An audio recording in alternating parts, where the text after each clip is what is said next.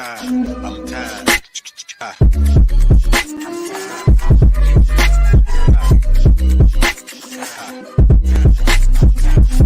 Late Morning Program with Nam Ras Podcast.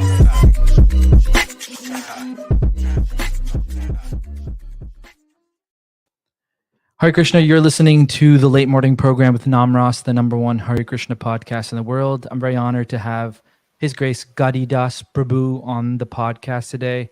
Prabhu, thank you so much for joining me.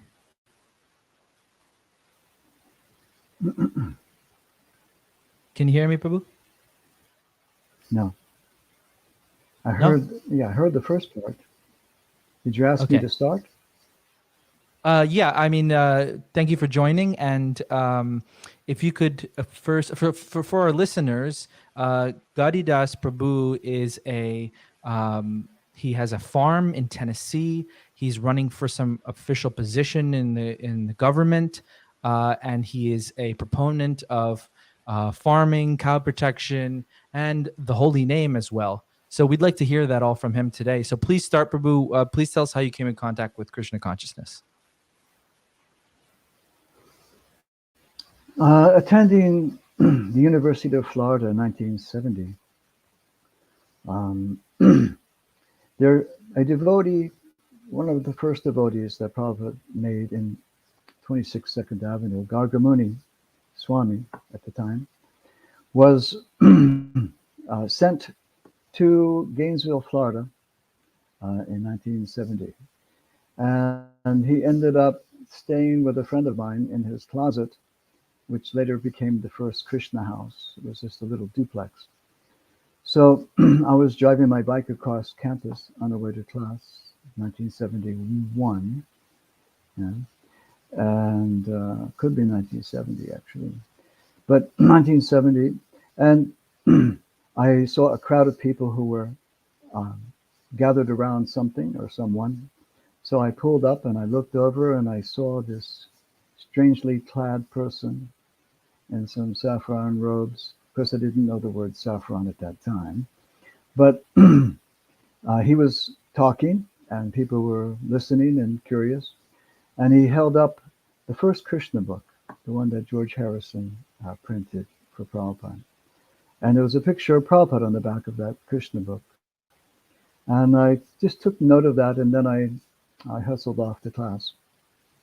Now, unbeknownst, another friend of mine, Alan, to become Aja Das, he was walking by my house, and we hadn't seen each other for a long time, for summertime. So we came back together. He said, "Come on over. I have this really strange album I want to play for you."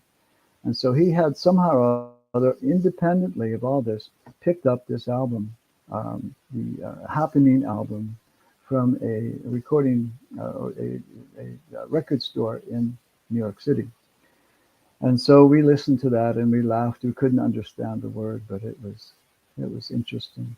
And there was that same picture that was on the back of that album that this young man was also holding up in the Krishna book.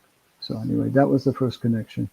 And then some time passed, and some friends of mine, who later become Hare Krishna and Aja, we took a trip trying to surrender to Krishna because we figured too many people know us in Gainesville, and we got too many friends, and there'd be too many attachments. So let's get on the road and try to find a place to become devotees. So we drove to Baltimore, where we stopped at the temple there, a little temple. It was run by Rupanuga Prabhu.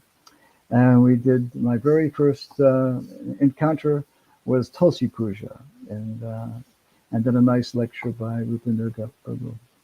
And then we went on to New York City to try and find 26 Second Avenue. But I had a very bad nosebleed because the smog was really bad that day. We're walking down the street, my nose was just pouring blood. So we had to turn around. And so then we decided to go to Boston. And we went up to Boston, and I had another friend there, Raghavendu, who had became a devotee, also separate from us. But then we found out that he was living in the Boston temple. Satsarup was the temple president. Jadharani was his wife at that time, and we met a few of the devotees there, and we were trying to behave ourselves as much as possible. And there was a very beautiful time there for one day, maybe 2 days, and then we started heading back to Florida. And we decided that we just probably wasn't going to be able to become devotees in this lifetime. So we got back to Gainesville, and then we heard, lo and behold, that Prabhupada was coming to Gainesville. So we figure, well, this is definitely the chance to surrender, because Prabhupada is actually coming to Gainesville. And Amarendra, another friend of mine, who's actually duplex Gargamuni was staying at, arranged for Prabhupada to get paid $1,000 from the Student Government Association to have him come and speak. So that's why Prabhupada came, because he actually was given $1,000 to come and speak at the campus. And so about a week before, the energy was starting to get really, really intense, and at that little temple on 2nd Avenue. And there was Amarendra was living there. Hridayananda Maharaj was there with his then wife, Ananga Manjari, and one other devotee. And so we started getting involved in the preparations for Prabhupada to come there. I was given the service of building Vyasa-san for Prabhupada to sit on. So that was my service, my first service, physical service. And so as the days went by, we became more and more like engrossed in the happiness and the ecstasy that was starting to build. And lo and behold, the day came when Prabhupada finally came. But by that time, even the day before, I think we all shaved up and moved into the temple. And then we carried this crazy Vyasa-san all the way to the airport for Prabhupada to sit on, and we actually brought it into the airport. This is a crazy story. We brought this huge, monstrous Vyasa-san into the airport, carrying it down the corridor, and people were looking at us in a very unusual way. And the Prabhupada wouldn't sit on the Vyasa-san, and we brought it out there, and he wouldn't sit on it. He just decided to sit on a regular chair. And so the Vyasa-san just kind of sat out in the middle of a corridor at the receiving gate when Prabhupada came in. But it was all very nice. And but that was a funny story. And then Prabhupada just decided to sit down in a regular chair. Then we all chanted, Hare Krishna, samsara prayers. I think we chanted samsara prayers. Somebody led that. And then we finally headed back to Gainesville, which is about an hour away. And so when Prabhupada entered the temple, I remember this very vividly. It's one of those moments that you realize that this person knows everything there is to know about me. One of those moments when he looks into your eyes and you see your whole life flashing in front of you, so to speak. And so we all sat down. Prabhupada got up on the Vyasa-san that I put together. And he looked down at me, and he knew somehow or other that maybe I had something to do with that Vyasa-san. And his eyes met, and that's when I just started crying like a baby. It was just one of those moments of this person is not a normal person, a very special person, and knew everything about me. So I was very embarrassed, actually. So anyway, that's the beginning, and here we are now, 55 years later. So Wow. Now what do we do? Yeah. How has that? How was what is it like now after being the devotee for so many years? What do you feel is like? You've boiled the milk for that many years. What are your realizations with where you are now after having so much time in Krishna consciousness? Well, there comes a time when you begin to really question that there's something more to this Krishna consciousness than I've experienced so far. And you Right. can see the depth of Prabhupada's eyes. You can see the depth of his person. He was not that body. He was another body. There was another form in there, a beautiful spiritual form. And so I knew instinctively that something was missing in me for 35 years. For 35 years, kind of treading water, chanting, but not as seriously as I should have, because it was full of household life activities and things like that. So there came a point when I felt very, very strongly that I had to go to Vrindavan. And it was at that point when I was coming to the age of 62. And so I just officially retired from business and so forth, and signed up for the Social Security and so forth, and made that particular goal to get to Vrindavan. And I was thinking that something is here, something, I'm supposed to be here for some reason, and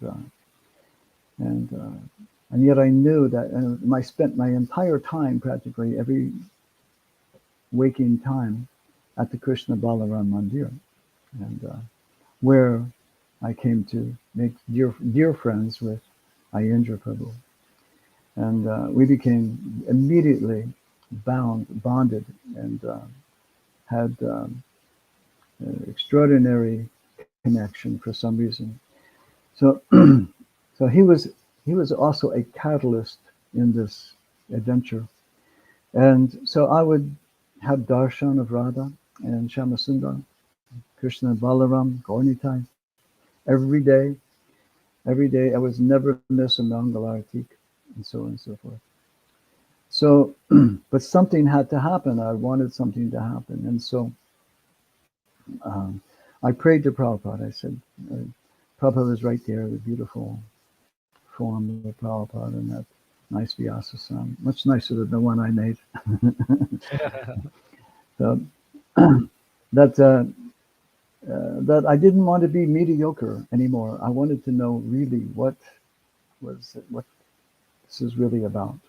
I really want to know Krishna. I really understand. I can feel there's something there in these forms of Radha and Krishna.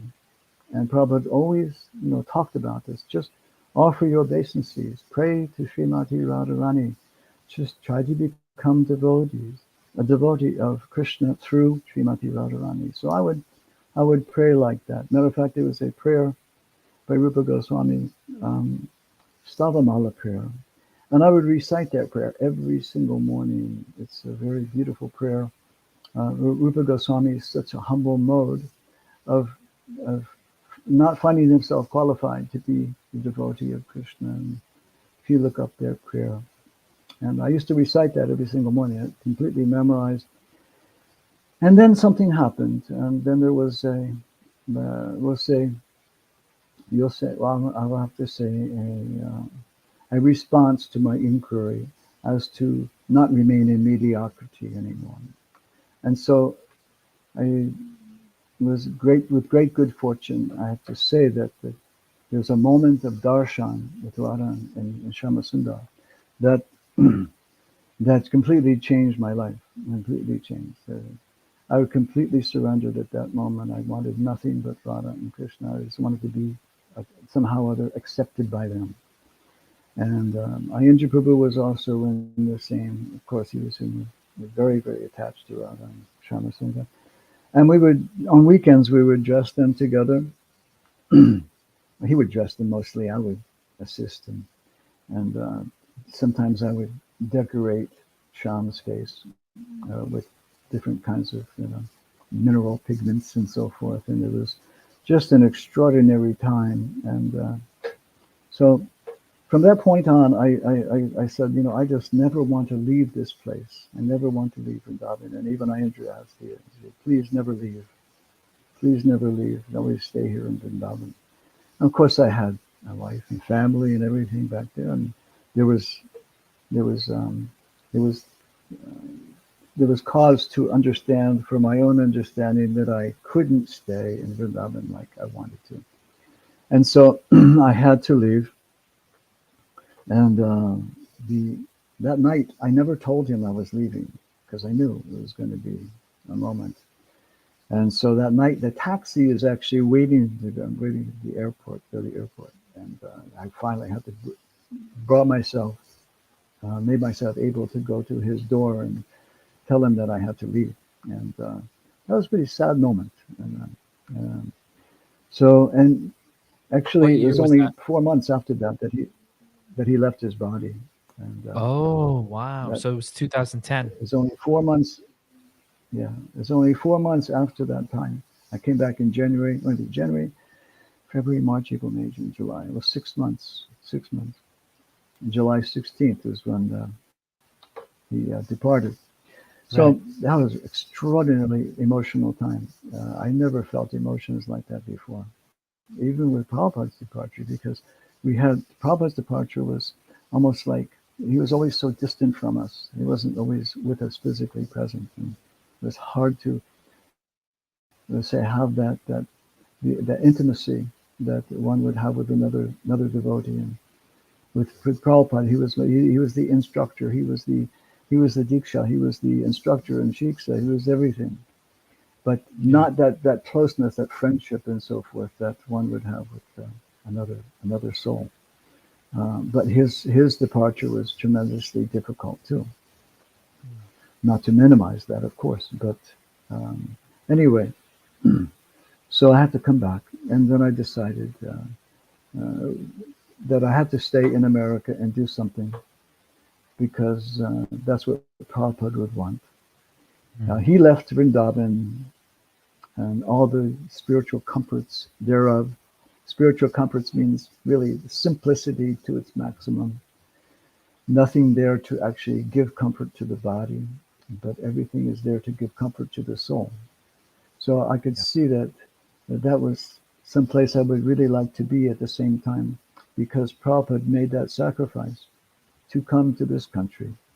I could also do the same sacrifice. I could also give up that idea of staying there and come here and do something. So I had some connection to Murari Sevak. As a matter of fact, the Gornitai deities that are there were installed by me and Balavanta and a few other devotees one cold winter right after Prabhupada departed. Those Gornitai deities are very large. They were made in Navadvip and had them brought to, that's another crazy story, but they came into Jacksonville port where I picked them up and so forth. And anyway, another long story, not to get For too our much involved. Prabhu, for our But international listeners, for our excuse international me. listeners, can you tell us what Murari Sevak is? Oh, Murari Sevak is an ISKCON project, which is about 30 minutes from here. And I spent 10 years there, from 2010 up to 2018, 19. So very And you're in close to 10 Tennessee. years. Um, in Tennessee, yes. Actually, Mulberry, Tennessee is the actual town. Mm-hmm. And so we took care. We chanted intensely this Hare Krishna mantra, and the magic is always there in that mantra. You just have to apply yourself to it. There's nothing that's restricting our experience of experiencing the maximum happiness and association with Krishna, except our own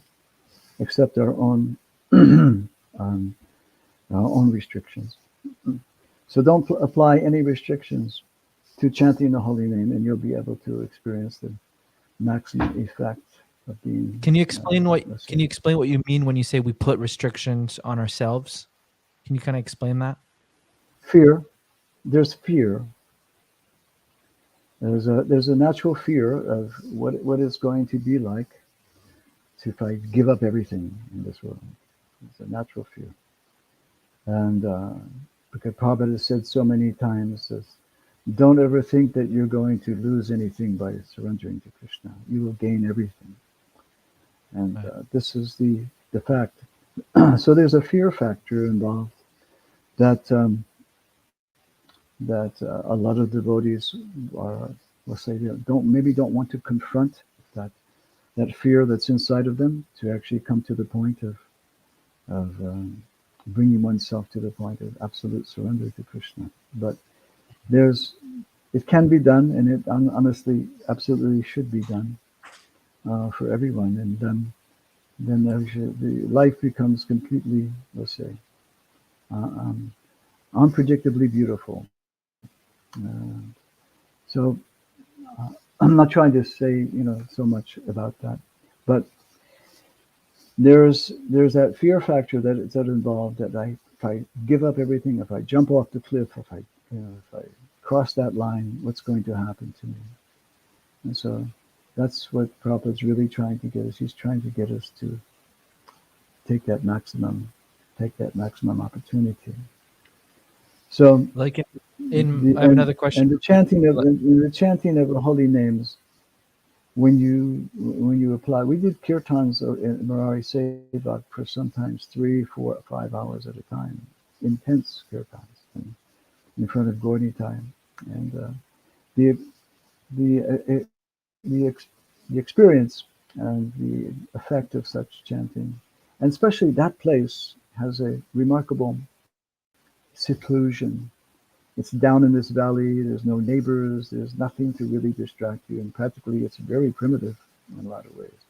So all we had left, all we really had there is Gornitai and the holy names. And so we chanted unrestrictedly and read Srimad Bhagavatam inside out and backwards, because you have to have both. You have to have Krishna's pastimes, and you have to have the holy names right next, coating everything that you do. You have to have the holy names coating those pastimes.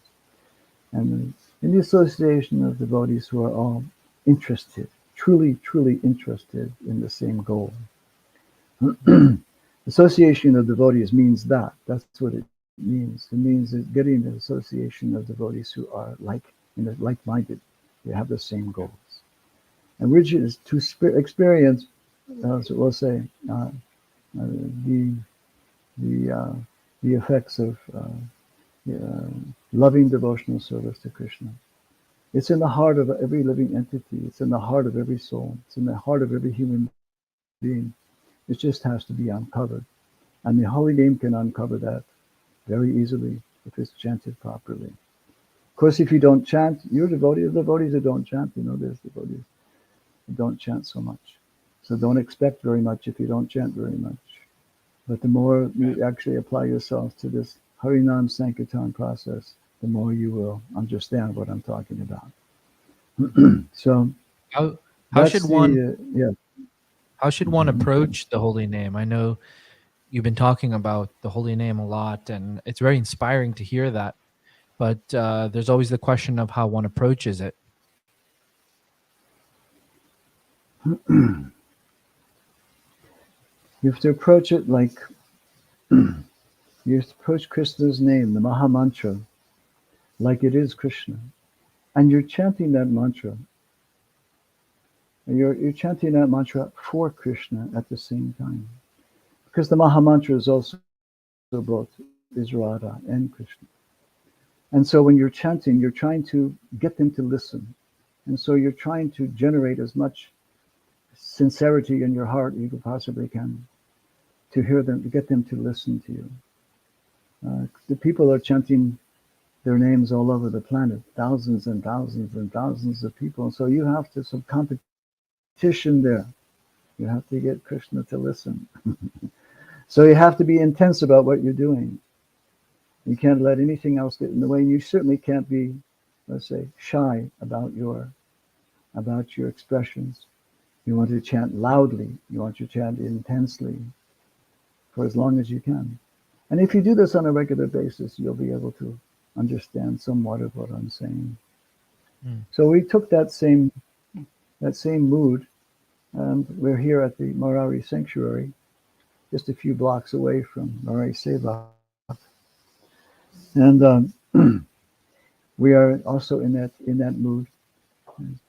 The goal of life is to develop, attachment to Krishna. And attachment to Krishna it's very simply done, like in the second verse of the Srimad Bhagavatam, that if one completely rejecting all religious activities which are materially motivated, this Bhagavad Purana propounds the highest truth, which is understandable by those devotees who are pure in heart. The highest truth, reality, distinguished from illusion, for the welfare of all. Such truth uproots the threefold miseries. This beautiful Bhagavatam compiled by the great sage Sri Vyasadeva is sufficient in itself for God realization. As soon as one attentively and submissively hears this message, he becomes attached to the Supreme Lord, Sri Krishna. So that's the key. The key is the chanting and the recitation and hearing of Krishna's pastimes. And all the things that are in the heart will become dissolved. All the anarthas, all the unwanted things become dissolved. And it's a tried and true process. We read about this in all the pages of Prabhupada's books, every single page, every purport, practically speaking. All the previous acharyas, Rupa Goswami, Sanatana Goswami, Jiva Goswami, Bhaktivinoda Thakur. Bhaktivinoda Thakur is an incredible personality who can really define your spiritual progress in his writings like no one else. How does one? It's just amazing. So you just have to, apply yourself to the process. How does one know if one is chanting properly? Is there some kind of indicators of, okay, you're on the right, you're doing this correctly? You know if you're chanting improperly, if you're not getting a taste, if your taste has dried up. Just to bring Bhaktivinoda Thakur back into the picture, he says that at first when the devotee surrenders to Krishna, Krishna gives him direct shelter under his feet. And he feels tremendous bliss and tremendous happiness. And then, but as you go down the road and you start to practice, you realize there's a lot of things in my heart I still have to deal with. And so because of those things that are still there, a lot of the material desires may be still there and so forth, that taste starts to wane. And then the mistake that the devotee makes usually, as Bhaktivinoda Thakur says, he says, I have to get it back, I have to get it back, I have to get it back. So I become the doer. No, you're not the doer. The whole point is you're never the doer. You just have to be sincere and desire and chant the holy names in a humble state of mind, and then that taste will come back. And if it's and also there's also the case of offense. If you've committed an offense to the holy name or to a Vaishnava, you'll find that taste will go away also. So you have to find out what may have happened, and you may have to rectify that problem because it's there. There's a reason, but the taste is there for everyone. Just has to be done in a humble state of mind. The Shashtakam prayers, which are, of course, are famous, Lord Chaitanya's only real writings that anyone knows. In the third prayer, one should consider oneself lower than the straw in the street, right, more tolerant than the tree, devoid of any sense of false prestige, and ready to offer all respect to others. In such a state of mind, one can chant the holy names constantly. There's no obstruction. And that person, relishing the name in that mood, he's feeling extreme ecstasy. So there is a method for chanting, and Lord Chaitanya has taught us that. Those 8 prayers really are the encapsulation of Krishna consciousness to the perfectional stage. From the beginning, Harinam Sankirtan, congregational chanting, to a more personal. It goes to a more personal level on each prayer. Whereas at the end of that, prayer number 8, one comes to that point of surrendering everything to Krishna, nothing holding back.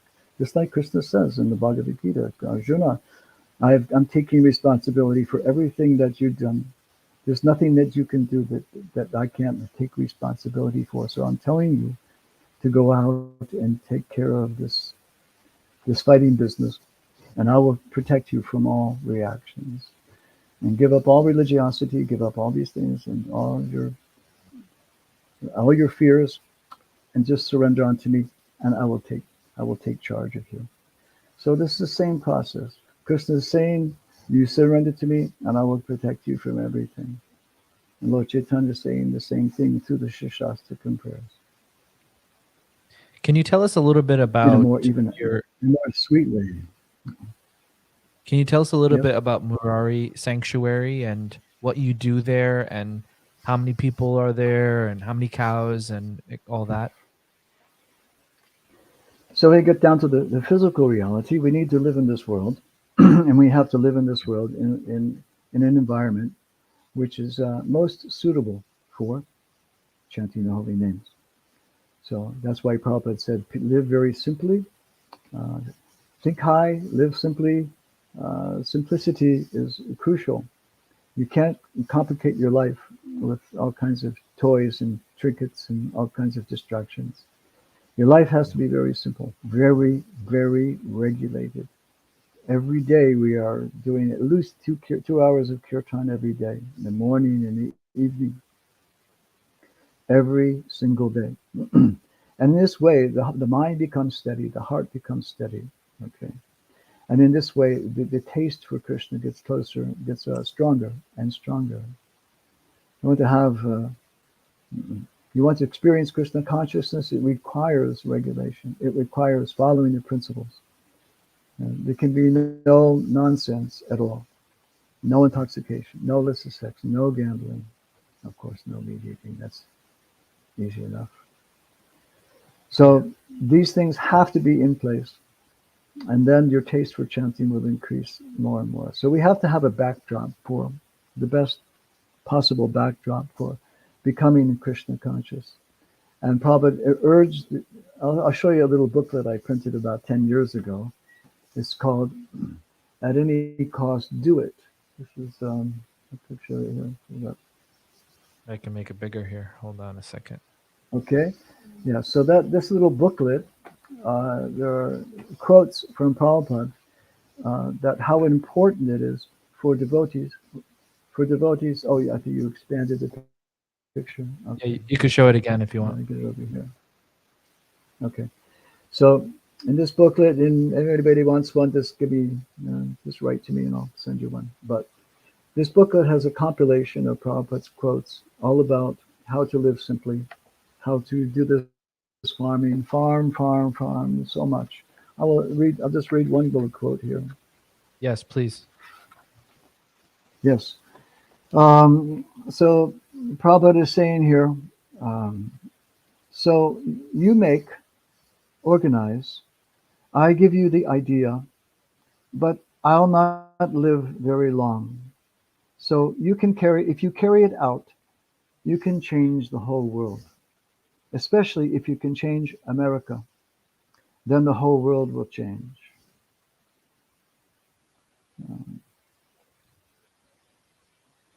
So in this way, Prabhupada, it's so many different quotes, strongly suggests, more than suggests, strongly instructs that devotees should be living, let's say, outside of the status quo everyday society.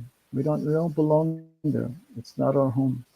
And everybody has to struggle paying bills and so on and so forth. There's nothing wrong with struggling and paying bills, but there is something wrong with living a life which is, devoid of the simplicity and the Krishna consciousness, which is actually comes along quite more naturally on a natural setting like this. And we do have 20 cows, yes. Wow. Well, here's a little something here. This is our one of our handout cards. It's a picture of some cows, Murari Temple and Goshala. And it's an invitation. It says, changing the world one vibrant village at a time. So somehow or other, I've been given this enthusiasm to do this. And this enthusiasm has carried me. This is Prabhupada's side of the equation. Prabhupada's side of the equation is to live simply on the farm, develop your skills, and it doesn't take that long to learn these skills. sometimes devotees, they become discouraged because there's a lot of things they don't know about farming and so on and so forth. And we don't know anything, practically speaking. My grandparents had a dairy farm, so there must be maybe some genetics in that. But anyway, Wow. that's long gone. And I lived like just a modern life like anybody else, and so forth. I went to college and did everything like that. So we have to learn these skills and not become discouraged, because really growing food and taking care of cows is really not that difficult. It really isn't. Once you learn a few things, you find that you have so much time. Actually, have so much time, and we're still developing things here. We have so many things going on. We're building a temple, and we're building picnic areas. And we have a river. We're on a river, and so that's also a very beautiful river, Duck River. And we have a nice backdrop for people coming here, and so we're starting to get more and more, lots of guests actually, and we're pretty far away from Nashville, about an hour. So this backdrop with the cows and so forth, the cows are also essential. Once you associate with them, they also supply their, let's say, their affection also in reciprocation. The cows are very affectionate, loving creatures, and they need to be protected. And so we have plans to protect, we'll say, not just 20, but maybe thousands. It's coming along. There's a plan in the plan. There's in the works like that protect thousands of cows and chant millions of mantras at the same time.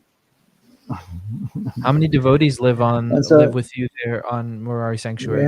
We have seven devotees living here now. Wow.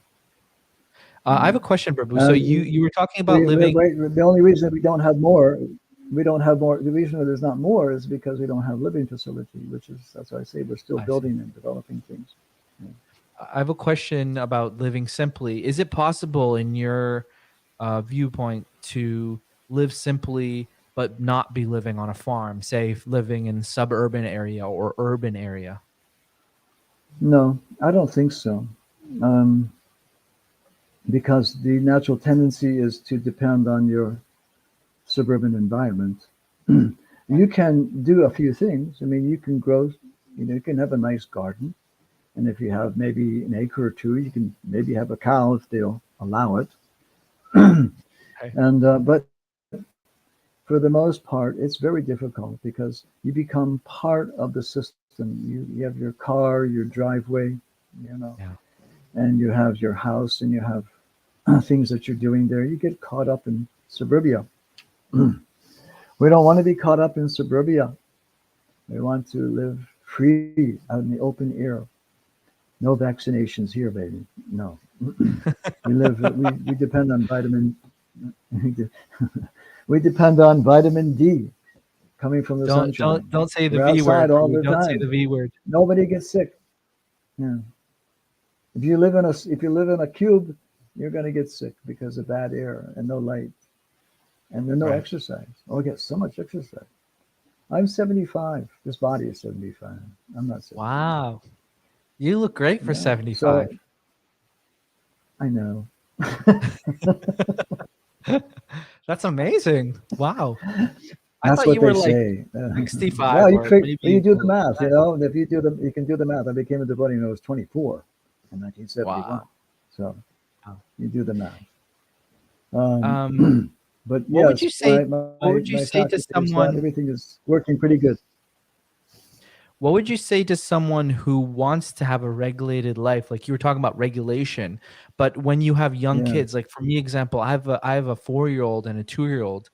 When you try to put some type of regulation on your life, when you want to put regulation on your life with little kids, it's kind of a difficult thing to do. So what advice would you give for me, for example? It's really impossible. It's very difficult. You're laughing because it's true. Yes, it really yes, is true. I And agree with you. I went, like I said, I went through 35 years of that. I raised 5 children, so Wow. I know exactly what you mean. So, and fortunately, they're all doing well, pretty well actually. Yeah. And so, yeah, it's almost impossible. So you really do have to get to a point where you don't that those distractions are minimized, and that's why later in life there's a point when you want to go to let's say a holy place, and the holy places. There's so many holy places. So if you can't go to those holy places in India, then you create one. Now we're creating a holy place here. Radha and Krishna are here. Prabhupada's here. All of his books are here. Everything's here. It's a holy place. We chant Hare Krishna, chant the holy names. It's a holy place. So, it's so funny that today, just before the program, we had some visitors, and it's a very unusual group. About 7 people came, and they were Muslims, and I've never had any Muslims visit here before. Wow. But they were very nice, and they were very respectful, and more than respectful, they were kind of desperate to get some help for their baby, which was actually ill, heart problem or something. And it was just the most unusual experience because they were not accustomed to where they were. They had some idea that this was Krishna and Radha, and they were praying to Radha and Krishna like they knew they were praying to Radha and Krishna because they were in such a state of desperation. So it was a very unusual moment there just before we started our discussion here. But there's all kinds of surprises when you live out in the middle of nowhere. I'll tell you, you never think a carload of Muslims show up, Right. and all of a sudden everything changes. But they were very respectful, and we chanted with you the bhajan with them, and chanted Hare Krishna with them, had a kirtan, and they had darshan of Radha and Krishna. And this morning, my carpenter, he was finishing up a job, and I was just taking the garland off of Radha. I said, I'm going to give this to Pat. And so I took the garland out to where Pat was working. He was just finishing up, and I said, Pat, can you put this garland on? Do you mind putting this garland on? I'll put it on your neck. He's a rough example of a Tennessee hillbilly. I'm serious. But he's beautiful inside. He's a great guy. So he said, sure, yeah, man. Like that. He talks like, yeah, man. So I put Radharani's garland around her and took a picture. Maybe I can find it here on the thing. Why not? We got Wow. 2 hours, right? Anyway. Yeah. I wanted to ask you, Prabhu, you were talking about like-minded association. Now, Yes. is everyone on the farm there with you? Would you feel like they're like-minded association? And if someone, how would someone find like-minded association? And in your, what's your perspective on finding like-minded association? Oh, hold It's on, let me not make a looking very screen. good. Yeah. Yeah, I Oh, can't see okay. it so well. Yeah, it's not working too well. Oh, there he is. Oh, there you Okay. go. Yeah, there he is. Okay. Very cool. Very cool. Anyway, like-minded association. Krishna helps with that. Yeah. Not everyone is the same. Not everyone is on the same level. Not everyone is in the same state of consciousness or the same state of desire. And flat out speaking, there are people who are actually crooked in Krishna consciousness who really are utilizing, let's say, the facilities for their own purposes. This is quite natural in the material world because that's just the way the material world works. Somebody sees an opportunity and they utilize it for their own advantage. But that's not devotional service. Devotional service, it begins, as the second verse says, rejecting all religious activities which are materially motivated. So you can't even enter into the Bhagavatam with any kind of material consciousness. So like-minded association is what Krishna brings through the heart. He knows where you're supposed to be, and you have to be patient. You can't force it. You can't say, I'm going to go join this temple, or I'm going to go join that temple. And it may not work out. It may not be the place for you, because you have to find people who are thinking and feeling and willing in the same direction. Yeah. They want to know Krishna. You have to find Krishna. That's it. That's the whole point, isn't it? What other point is there? Krishna consciousness. You know what Krishna consciousness means? The International Society for Krishna Consciousness. We read it in Krishna book. Prabhupada says, International Society for Krishna Consciousness. It means the Society for Loving Krishna. But Prabhupada couldn't call it the International Society for Loving Krishna. That sounds a bit sentimental. So he had to have a more generic name to the whole thing. So Krishna consciousness. But Krishna consciousness means loving Krishna. That's what Krishna consciousness is. It means your heart becomes saturated with love for Krishna. And that is Krishna consciousness. And then you can do some service. Then you're ready to take on the world. And that's why, where am I here? Yeah. And that's why this fool decided to run for Congress, because I wanted to introduce Krishna to the masses of people. Wow. To the masses. How are the masses how are they ever going to learn about Krishna if you don't actually find a way to tell them? One nation under all of God's names, the names of God, so forth. And specializing in Bhagavad Gita, as you see on the bottom there. Anyway, that's Krishna Das. He's my alias, also known as Gadi Das, also known as Krishna Das. Because the point is, we're all Krishna Das. Every living entity is Krishna Das. So I figured, let's make the signs up, put them all over the place, Krishna Das. And people will say, Krishna Das, Krishna Das. Huh, that's nice, you know. And he said, I'm Krishna Das too. Yes, you're Krishna Das too. Yeah. We're all Krishna Das. What's going on with the screen here? I'm popping all over the place. Oh, there it is. Yeah, Okay, I'm just showing the screen All right. here. Joseph Krishnadas for Congress, District 4, Tennessee. Now, Joseph is my biological name, yeah, like Right, in the right. Bible, Joseph. I love this. So when you meet someone someone who you're trying to kind of just a brand new person, and they're like, okay, really quickly, look, what's your elevator pitch, so to say, about running? What do you tell the person? Well, I try to make them understand that the very first thing is that God is one, and He has millions of names.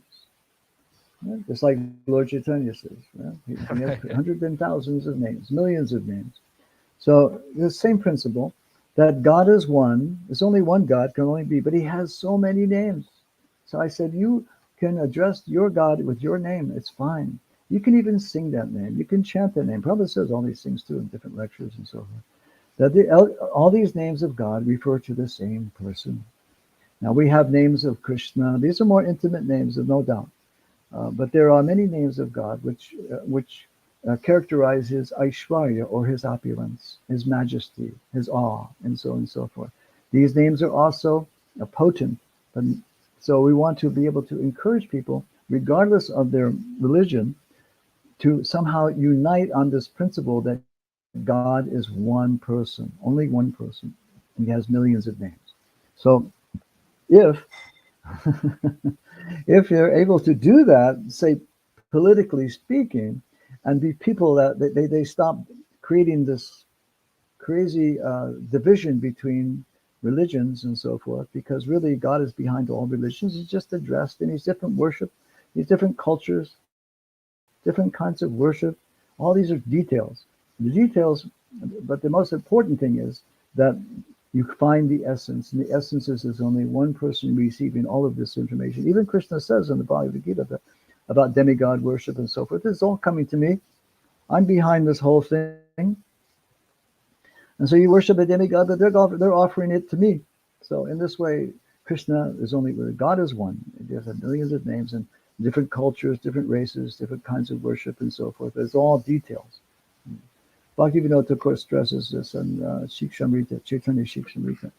So if you understand that, then you can have a platform that people are just of different religions would just understand this simple principle, they would vote for God-conscious people, regardless of the religion, Right. because the morality is going to be there, because most religions, genuine religions, have good morals and good morality, and hopefully the person is honest, and the person is, and so on and so forth. I mean, cheating could go on in any place and anywhere, but basically, if the person is God conscious and genuinely so, regardless of the religion, you'll find that his morals are intact also. Mm. So that's the principle behind this whole thing. What do you think? And of course, Krishna What's Das your is. What's your viewpoint on what's going on in America right now, as far as like people becoming much more materialistic, much more divided, much more fearful? How can we kind of bring people back to a more stable place? Like, it seems that 50 years ago, things were a lot better in the sense of people's mental faculties and mental health was even so much better at that time.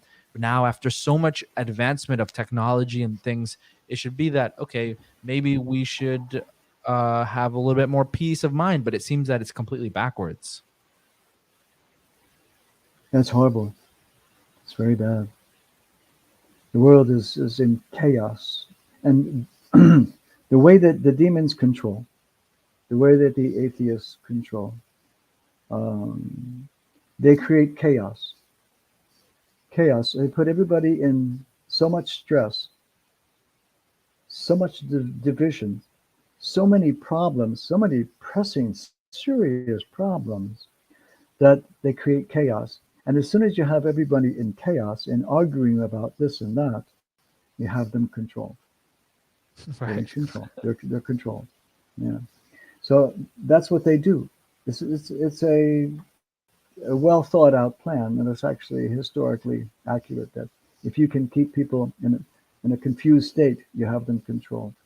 That's why if these God conscious people would they organize under one nation, under all of God's names, and elect someone anyway. But they are so expert at dividing people instead of uniting that it creates a chaos. You have a chaos with what did I say here? Because we're only able to really focus on one thing at one time. Okay, so you have a problem.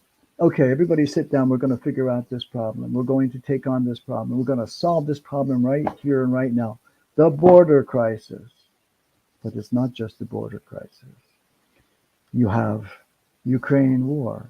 You have crime going out of control in all the different cities. You have fentanyl overdoses because of the open border. You have what other so many insane things. Educational systems upside down, going crazy. Yeah. Teaching 5-year-olds about their sexuality, and so on and so forth. So you create all of these like a big screen, so many screens, and each screen is a horrible problem. Which one do you focus on? You can't focus on all of them at one time. You can only take one. Yeah. But the other ones go on, and then they'll create another one, because so they continue the chaos. As long as there's enough chaos, they have everyone controlled. And then they lie, of course. There's all kinds of fake news reports, all these different things. You can't trust anything you hear, practically speaking. Yeah. Truth is practically extinguished at this present time. A lie is truth, the truth is lie. Everything is relative. So that last leg that that Kali was standing on, or the Dharma was standing on, religiosity, that last leg of truthfulness is practically chopped away at the present time. So it's very hard to actually speak to people and try to actually let them understand there is really truth. There is some truth. There's absolute truth. There are principles which are real, which you can live by, which you can actually be happy. I don't think people believe that anymore. I don't think they believe hardly anything. They just want to indulge themselves in excesses and of all different types and descriptions and things that are unimaginable. So That's the condition of the world right now. We are put into a state of confusion, and that's why these villages are so important. We have to create our own food chain. We have to create our own clothing chain. We have to create our own everything chain. But we start with food. Okay, we have the cows and we have the land. Clothes, you can always find something to wear. You don't have to make any clothes. Walmart's still going to be open even if we start our own communities. And if you have to buy a shirt, you can still go there and buy a shirt. Right. But and all these things will go on, but we don't know how long they go on because these are all supplied by our enemies, people who don't like us. They're only doing it because they make money. That's all. Yeah. They really don't like us. They'd rather kill us all. So that's part of the problem too, that we're dependent on our enemies for food. How much sense does it make to buy food that comes 7,000 miles across the continent from another place, either India, China, whatever it is? Well, why can't we just grow our food here? That's why in my campaign I said I want everything can be done in a 100-mile radius. Everything we need can be provided. Medicine. What about medicine? That's another big one. Medicine and food, those two, can be provided in a 100-mile radius. And everyone can feel secure. They don't have to worry about getting their diabetic medicine or their this medicine or that medicine. It all can be produced right here. And so many herbs and everything else can be done in a more natural way too, not just the allopathic way, but actually the herbal way or the natural way of medicines I and so remember, forth. And if you eat good, if you have good food, you're going to stay healthy. Just you won't get as sick. So first of all, yeah. so buying all this food from other countries, you don't know what's in it. You have no idea what's in it. You I have no remember, idea what you're eating, yeah, I how remember old reading it a is. conversation with Srila Prabhupada, and they were asking him, like, what's the solution to all of this, people going far away to work and gasoline and cars and things like that. And he said the solution is localization, making everything close by. Why are people driving 100 miles to go to work? Why are they driving 200 miles to go see their friends? Why don't their friends live near them? So if Yeah, everything is localized, then we don't have yeah, to travel anywhere. Everything can be close by. And as well as currency should be grains, because yes. how it was in the Currency, old yes, time. it's like a barter system. Yeah. Yeah, yeah. So do you grow all So your own yes, food there Prabhupada at did say Murari that. He said it in Sanctuary? it was a very humorous way. He said he wrote those things that we can get everything locally. We can get our food locally. We get our everything.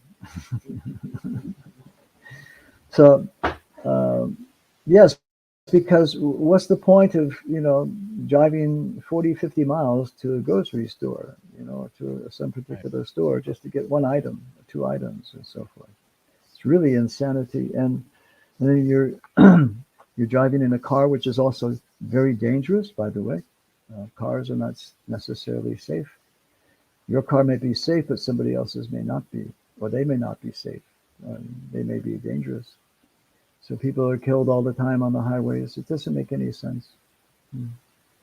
So you live For most simply. You have a couple acres of land and a cow and grow some food. Have a beautiful. Your family grows up healthy and happy. You don't have to. You can Yeah. worry about your kids can play outside. You don't have to worry about pedophiles and everything else that's on the streets. So many things. Yeah.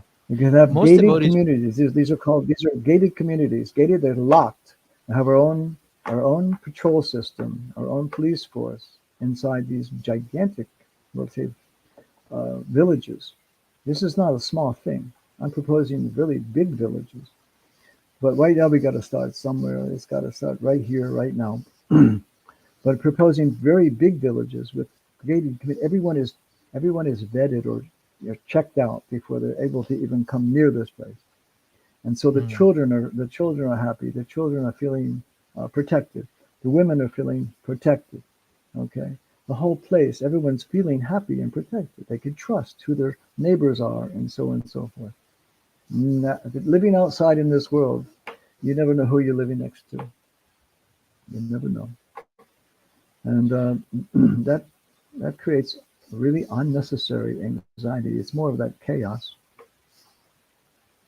Most people, Prabhu, I would So say, even devotees, they would think that I'm comfortable where I am and I can practice my Krishna consciousness. And we kind of get used to this comfort life. I I can mean, just drive 5 minutes and buy apples and vegetables at the grocery store. I can go and drive my car to my friend's house. I can work remotely from my own house and money comes in. So there's this comfort factor, which is, I personally, I'll talk about myself. I'm comfortable in my life. So the farm community structure that you're talking about is kind of like a pie in the sky for me, in the sense of it's going to take a lot of effort for me to get there. So what would you say to me regarding that kind of being comfortable and being set in my ways in that? well, we're not talking about going back to some primitive life. Right. We're going because that's way too difficult. We can't go back to ox carts and so on and so forth. Even though that may be ideal, and that may be ideal in for some few people, they may like to do that particular thing. Go back to that level of primitive. I'm talking. You build yourself a nice cabin. You have your internet. You have your do everything you do, but every single person that lives around you, you know who they are, and you know that they're trustworthy and so forth. They're loving devotees, Right. loving people. Okay, so you keep your car, you keep everything that's there, but you live in a place where you can grow your own food. And then that guy down the road, he's milking the cows. So you get your milk, you get your butter, you Right. get your ghee, you get your yogurt, everything from there. The other guy down the road, he's growing flowers, and so he's supplying flowers for your deities in your home. Okay, and so yeah, that's right, and for the temple as well. Another guy down the road, he's a mechanic, so he's fixing your car so you can still drive around. Right. But that you don't really, we can't go back to a primitive state. You can still have your job, but you have to be separated. You have to separate yourself from this other very, we'll say, um, um, insecure world.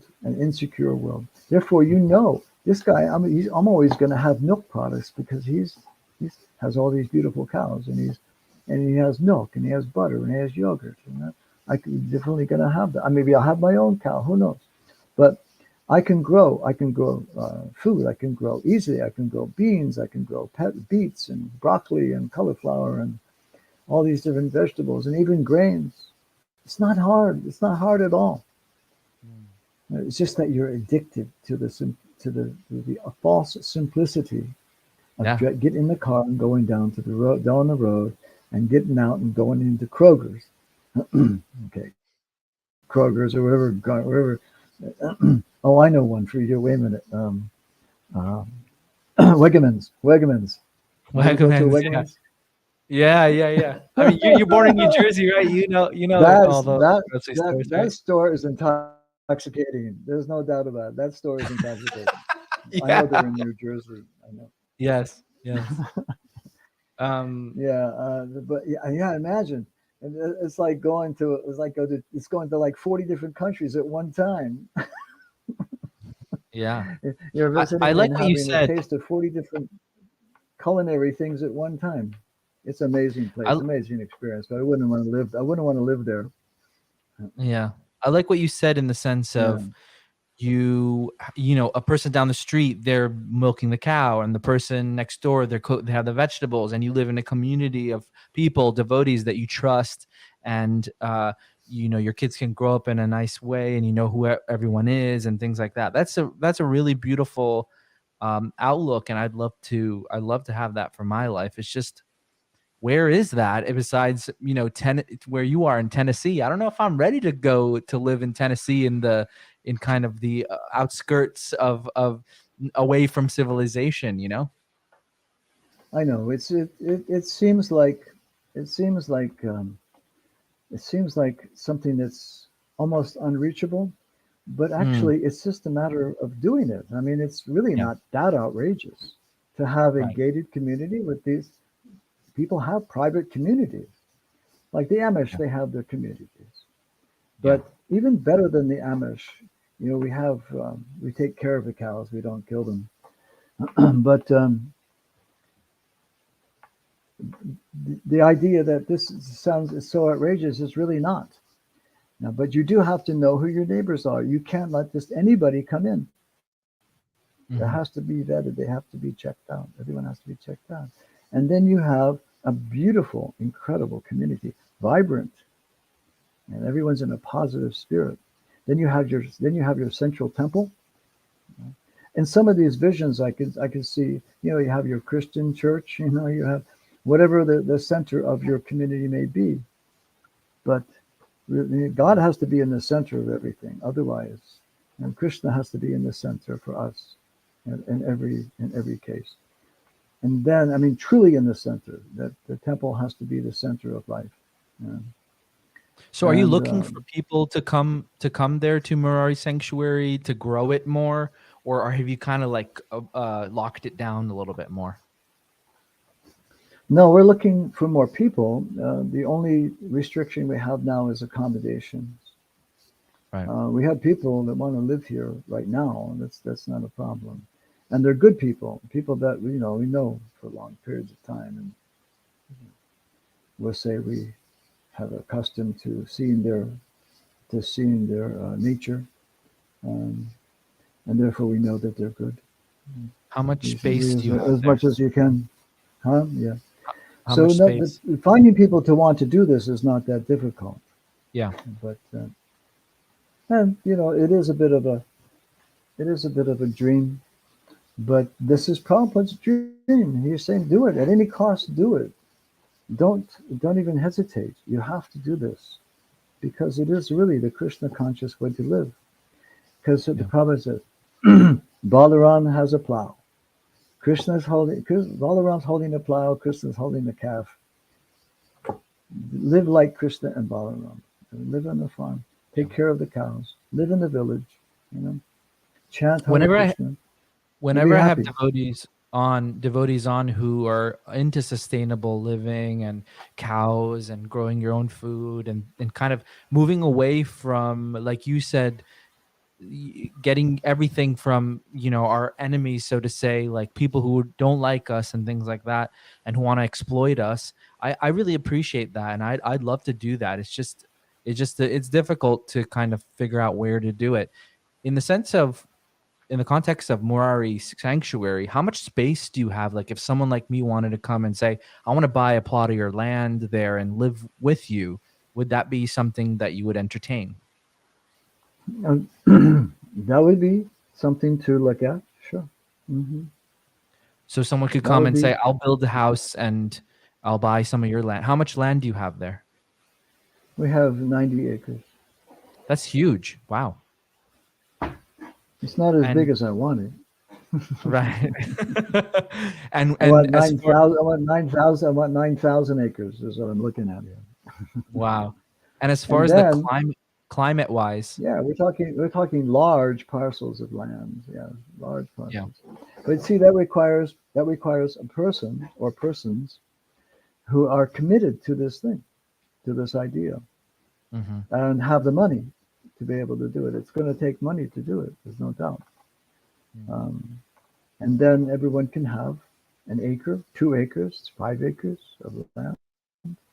And Prabhupada doesn't say sell it to them. He says give it to them. We give you land. It's all here. It's all in this book. There we go. This one. At any cost, do it. It's in there. Prabhupada, all these quotes. We're not going to charge you for the land. You come here. We give you this land. You grow some food. You chant Hare Krishna and be happy. But Prabhupada he was also dreamt very big. He never saw things in a small way. So I tend to go in the same direction and see things in a big way. Is it important to stay in a place where big Harinam parties? Yeah. Is it important to stay in a place which has good weather all year round? Is Tennessee like that? Tennessee is not like that. Tennessee can be very hot. It can be very cold. Right now, the temperature today is very nice. It was a nice day. But it has seasonal changes, just like Jersey. Matter of fact, not that much different from Jersey. Right. Right. Mm. Yeah, the seasons. Could you tell us a little bit about your grihastha life in the sense of you were married, you said for what, 35 plus years, you have 5 children. Can you tell us how you were how you were keeping up with your Krishna consciousness throughout that time? Well, um, would have I would have programs at my house in Alachua. Some of the programs would be like 300 people. Not talking about small small programs, big Wow. programs, and we would cook, and the kids would help, and they would cook, and we have these big kirtans and everything in High Springs, Alachua, that area. You've been there, I'm sure. Right. But Yeah. those are special events. On a daily basis, much more difficult to, we talked about that earlier, that household life, that's why it's described as a deep well, because you get down in that well and you can't hardly see any light because it's gets pretty dark. And you're wondering, am I ever going to get my spiritual life together? Am I ever going to see the light again? Right. So that's natural. That's okay. You can't expect too much of yourself when you have your environment is so, let's say, um, demanding. Right. You have to wait your time, patience. Yeah. Don't wait too long. You don't want to wait too long. Yeah. You want to be able to have some time to really develop your attachment to Krishna, to chanting the holy names and reading these beautiful books that Prabhupada left us. Yeah. So we have there's a couple of things I wanted to read from the Bhagavatam. Is that okay? Yes, please. Yeah, please. Okay. This is this is from Srimad Bhagavatam, first canto, chapter 7. But this, by the way, I do advocate the original printing. It's just a preference of mine, because I don't I don't think, let's say, disturbing Prabhupada's poetry and his way of writing is a very good way to go about respecting him. Right. He wrote, and things came out the way they were, the way they came out, and I think, for the most part, and for the big part, it was perfectly done, and the effect of a person reading Prabhupada's books in the original copies there's a special magic in those books, as far as I'm concerned. So I don't want to tamper with that. So this is Canto 1, Chapter 7. The son of Drona punished, and this is just from Prabhupada's purport about the modern day politics, I guess, because we were talking about that a little while ago.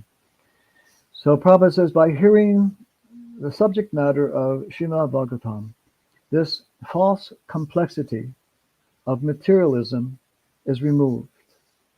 The false complexity of materialism is removed. So when you say, can you live in the suburbia and can you be simple? No, because you've adopted the false complexity. That's all false complexity, as far as I'm concerned. Of materialism, you like to go, you like to push a button and watch the lights come on. You like to push the button, remote button, and have the air conditioner come on, and so on and so forth. These are false complexities of materialism.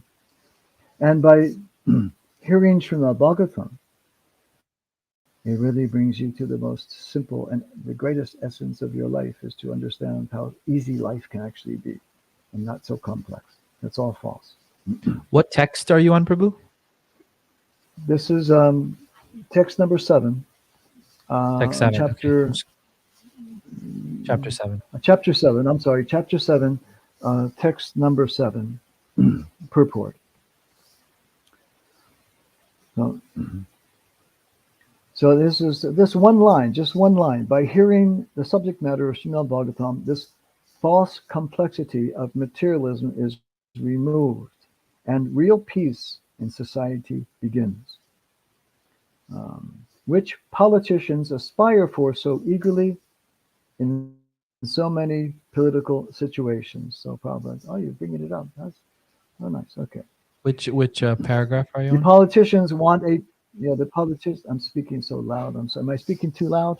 No. No, you're not. You're not speaking too loud. The politicians. Okay. The politicians want a peaceful situation between man and man, nation and nation, but at the same time, because of too much attachment for material domination, there is illusion and fearfulness. Therefore, the politicians' peace conferences cannot bring about peace in society. It can only be done, listen to this, it can only be done by hearing the subject matter described in Srimad Bhagavatam about the Supreme Personality of Godhead, Sri Krishna. The foolish politicians may go on holding peace and summit conferences for hundreds of years, but they will fail to achieve success.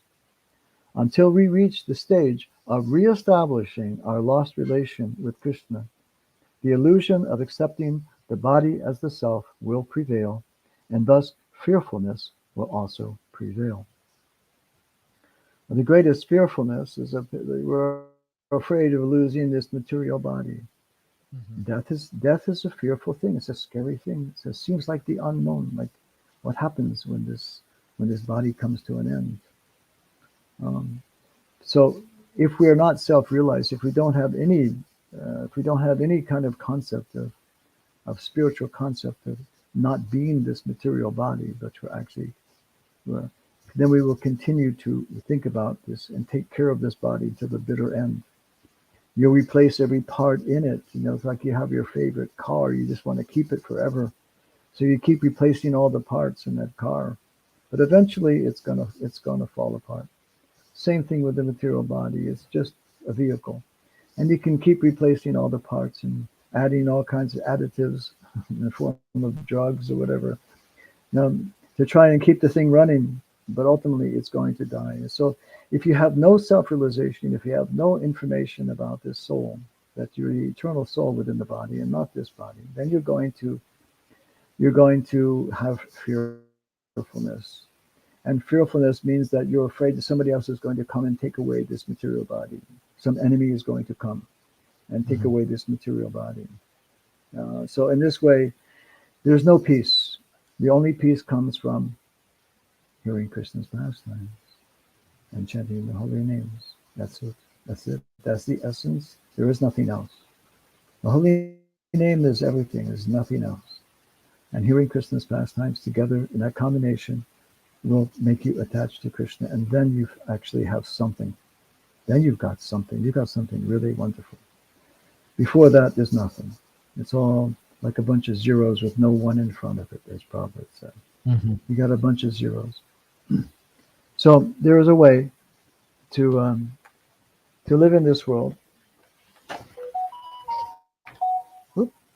There's a way to live in this world and make the most of it. You got to make the most of it. You don't want to waste your time. I used to feel like I wasted so many years. I know how you're feeling sometimes when you talk about your household life, because you feel like it's just wasting. So much life is going by, and I'm not participating in my sadhana like I should, and so on and so forth. So I mean, I do feel like it's. Go ahead. Sorry. What was that? No, I was saying, please go ahead. Oh, no, I said that you have to have patience and faith. Yeah. Faith that Krishna will open the door when it's time to open the door. Faith that your desires will be fulfilled, your spiritual desires will be fulfilled. You have to have that faith. Even in the most crowded and the most confusing time of your life, maybe the most upside down time of your life, you can use those times actually for spiritual advancement like nothing else, really. Because the pain experienced in this material world is actually a great blessing. Because if it wasn't for that pain, you would have very little impetus to get to a higher state of consciousness. If it was always pleasant, but it's not pleasant. Matter of fact, it's practically not pleasant at any moment when you can really analyze it. Mostly it's like a dream, like you have a dream in your head how something's going to be, but it never really turns out that way. It's always disappointing in some way. Yeah. That's the way of material life, and it's designed that way so that you'll turn your heart towards Krishna. That's it. There's nothing else. Yeah. And you take those names and you start to chant those names like it's your last breath, it's your last day on earth. Because it may be. It might be your last day on earth. You never know. So that's what we're here for. We're here, and somehow Krishna has kept me alive for this long. And I really didn't think I'd be here at 75 years old. But, astrologically, some astrologer told me I got till 92. So I got more years to suffer here and try and do something. Amazing.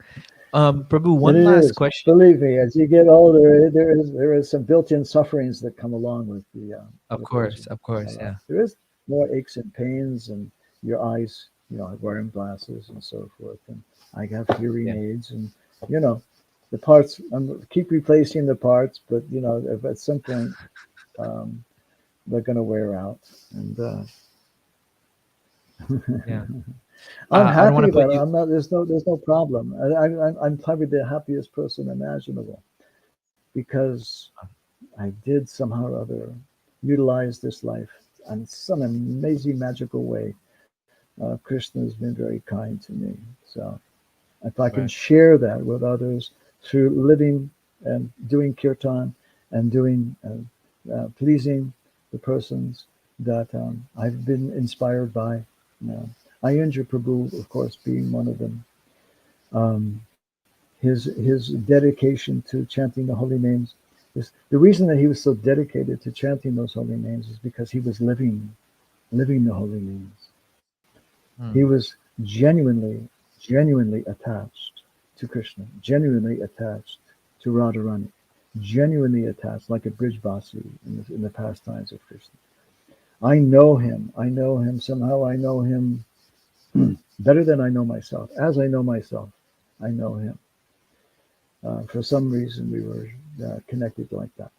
So I'm doing this on behalf of him also, because to promote the chanting of the holy names, because that is real magic. That is the real cure, the only cure of material distress.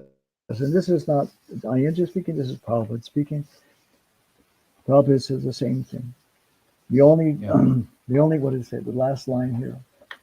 Until we reach the stage of reestablishing our lost relationship with Krishna, the illusion of accepting the body as a self will prevail. So how do you establish the relationship with Krishna? So Harinam, Sankirtan, the process of Lord Chaitanya and Lord Nityananda. That's it. And you have to do it. You have to do it intensely. It does take energy. Just like if you do something nonchalant, like if you go to school and you just kind of like cruise along, you're not going to be recognized by the authorities as, oh, this person really stands out, because no, the person who stands out is the person who puts out the most energy in that field. He wants to be the best. Okay, so you have to have that same kind of mentality towards your spiritual life, but you can't make it happen. That's the key. You can't make anything happen. Krishna has to open the door, but all you can do is show your sincerity to please Krishna, open that door. Please, I'm going to chant with all my might, all my heart and soul. Will you please open that door? Because I can't open it myself. We're never the doers. And our chanting should be never for our own pleasure. That's a hard one, because Krishna's sense gratification is essential. He loves to enjoy. He is the only enjoyer, as he says in the Bhagavad Gita. And so because he's the only enjoyer, how can we participate in his enjoyment? By chanting the holy names in a humble state of mind, thinking oneself lower than the straw in the street, more tolerant than a tree. That's it. So when you give sense gratification to Krishna, then automatically your sense gratification is guaranteed. Sense gratification must be there. Your senses have to be satisfied. You have to be gratified. But you do that by loving devotional service to Krishna in the mood of giving Krishna happiness. Krishna's happiness first, and mine will automatically be there. You don't even think like that. You just think Krishna's happiness first. Whatever happens after that, that's up to him. That's the last prayer in the Shishastakam. I give you everything, Krishna. You can do with me now as you like, as Bhaktivinoda Thakur. You can keep me or you can kill me. It's up to you. Yeah. But I'm not going away. I'm your devotee. That's it. And I know that you always protect your devotees. Sure. I know that you're always there for your devotees. Something I want to Just like appreciate about you. You can finish we your just thought read there. this. Yeah, let me finish the thought. We were reading in the Bhagavatam today that Arjuna is talking to his brother Yudhisthira. Yudhisthira just got finished asking him so many questions. Why are you looking so bad? Why do you have no color in your face? Why is your head hanging down? Why are tears in your eyes? And so Yudhisthira was asking all these questions, trying not to ask the ultimate question: has Krishna left? Has he finally left? And so Arjuna he's speaking about the events that took place in his life with Krishna. And now Krishna is gone. He admitted it now to his brother Yudhisthira that Krishna has now left. And so he says that Krishna is the one who loosened the hair of all the wives of the miscreants. And I was thinking, what a way to put it, What a way to put it. And so, because Draupadi was lost in the bet with the Kurus, the Kauravas, and Dushashana, he came up to Draupadi and he touched her hair. Now she had, as Prabhupada says, very beautiful bunches of hair, and Dushashana touched her hair. At that time, she fell down at Krishna's feet and says, "Please protect me." That's when she was protected by Krishna with the sari production. But Krishna was also seeing, of course, what Dushashana did. And so Krishna has a way of doing things behind the scenes, which accomplish a lot of things. So in the Battle of Kurukshetra, all of Dhritarashtra's sons and grandsons were killed. And so all of those wives were now widows and they had to loosen their hair. And so Dushashana was actually the cause of the death of all of those sons and grandsons because he touched Draupadi's hair, those beautiful tresses. So you don't want, and so Prabhupada says you do not, if you're very careful, Krishna is very protective of his wonderful devotees, his loving devotees. So in this way we try to understand these beautiful purports and verses in Srimad Bhagavatam and become attached to Krishna. That's the whole thing. It's the whole point. Yeah. Develop a loving relationship with Krishna. And he's, just like Prabhupada said, he's your best friend. And he owns everything. What's the difficulty? Mm-hmm. Yeah, smiling yet. Something I want to appreciate about Krishna you, Prabhu, owns everything. Is your best. Something I want to appreciate about you is that you have one side of your self-sustainability, farming, cow protection, which is really nice, but you also have a really deep part of your practice and about what you're preaching about Krishna consciousness, Harinam Sankirtan, reading Srimad Bhagavatam, becoming a deep devotee. So those two things together makes it a really great and very inspiring package, you could say, for me personally. I'm very inspired to talk to you and hear your realizations and your your kind of your plea to people, to devotees, that hey, we need to think about more about self-sustainability and cow protection and living simply and living deeply, but at the same time, developing our own Krishna consciousness in a really nice and deep way. So I just wanted to appreciate that about you. Yes, but they both has to go together. Yeah. You can't. Yes, it has to be a united package. Mm-hmm. Both Yeah. items must be there in equal, practically equal intensity. Right. You have, first of all, the whole point of having a project like this is not for me. It's not for the devotees here. It's for the world. It's for people to come and learn about Krishna. That's what the whole thing is. That everything we do is for others. We want people to come here and learn about Krishna, become Krishna conscious, learn something. Take the holy names, if nothing else. Like those people who came today. I had the whole group of Muslims. They were chanting Hare Krishna. I mean, that's what we're here for. So that's the preaching part of the whole aspect. It's not just for us to live here peacefully and simply and have some nice cows. You have to give this holy name to others. So simultaneously, as we have this nice place in this project, and we're chanting the holy names intensely at the same time, the whole package is for the world, not for us. We're okay. I'm okay anyway. Some of the guys aren't okay. Well, Some of them Gadi could use Prabhu, it a- was really nice. shake It was and really you nice. know what I mean? Yeah. It was really nice talking to you. And if you want to get in touch with Gadi Prabhu and his farm, you could find it here, murarisanctuary.com.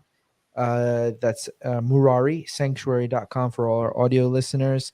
And also, if you want to see his website where he's running for District 4 in Tennessee, josephkrishnadas.com. You can see all. I actually posted it up earlier in the podcast, but you can see everything he's about, what he talks to people about, what he stands for.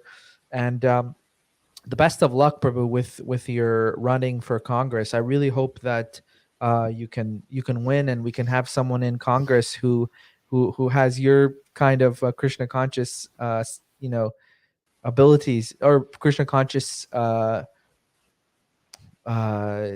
stamina and just elevated platform, so appreciate that. Well, the thing is, win or lose, I win. Yes. Because I tell you, just by doing this, the reciprocation from Krishna is that I'm, taking this unusual stance, stepping onto the stage, running for Congress. There's nothing I could ever imagine myself doing, but because it's a way for people to learn about Bhagavat Dharma and about Krishna and so forth. Just that little effort was such a reciprocation from Krishna from within. So win or lose, I win, no doubt. Yeah. And I'm not going to quit here either. I'm going to continue to use this as, let's say, a way to find ways to get some of this Krishna consciousness information out to others. Yeah. So please stay on the line. I never was a great book distributor, so maybe this is better. It's something I can do. Right. So thank you, Prabhu, for joining me, and thank you everyone for listening. Gadi Prabhu, please stay on the line. I'm just going to turn off the recording. Hare Krishna, everyone. Thank you for listening. Hare Krishna. Hare Krishna. Hare Krishna, Hare Krishna, Krishna Krishna, Hare Hare, Hare Rama, Rama Rama, Hare Hare.